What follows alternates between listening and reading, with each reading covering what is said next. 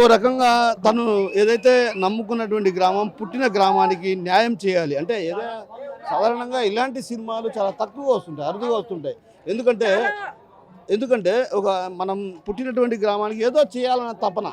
అది మనం మహేష్ బాబు సినిమాలో ఏదో ఆ సినిమాలో విషయం. ఆ తర్వాత ఇప్పుడు రామ్ చరణ్ నటించినటువంటి సినిమా అంటే తన ఊరికి ఒక రైలు లేదు, రైలు మార్గం లేదు, రవాణా సౌకర్యం లేదు. అలాంటి పరిస్థితుల నేపథ్యంలో ఆ గ్రామాన్ని అంటే కుగ్రామమైనటువంటి గ్రామానికి నేను ఏదో చేయాలన్న తపన, దానికోసం తన క్రీడలు ఎంచుకోవడం ఎలా చూడాలంటారు? యాక్చువల్గా మనకి దీంట్లో 3 క్యారెక్టర్స్ అనేవి డిజైన్ చేయడం పడండి. యాక్చువల్గా మనకి ఎవరైతే టాప్ హీరోస్ ఉన్నారో ఇవి మనకి యాక్సెప్ట్ చేయరు.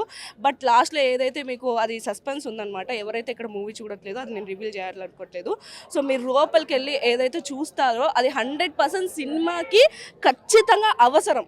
అందుకనే మనకి డిజైన్ చేసి అక్కడ పెట్టారు. సో ఎవరైతే హేటర్స్ కానీ ఎవరైతే డీప్గా హట్ అయ్యే విషయాలు అయితే దాంట్లో ఖచ్చితంగా ఉన్నాయి. సో అది మీరు హార్ట్కి తీసుకోకుండా మూవీని మూవీ లాగా తీసుకోండి. సో మొత్తం ప్రాణం పెట్టి చేసేసాడు సినిమాని.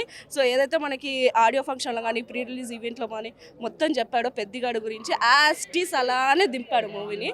సో మనం 100% హిట్ కొట్టాం.